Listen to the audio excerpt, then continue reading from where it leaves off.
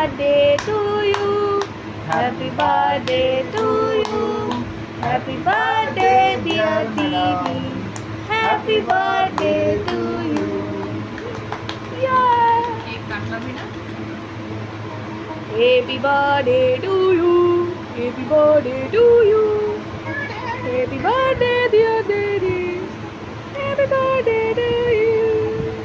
তো রাতে ছোট্ট করে একটা বার্থডে সেলিব্রেশন, সেরকম তো কোনো প্ল্যান আমি বার্থডেতে রাখি না, কিন্তু বরমশাই পেস্ট্রি অবশ্যই নিয়ে আসে, কারণ কেক তো নিয়ে এসে খাওয়ার কেউ নেই।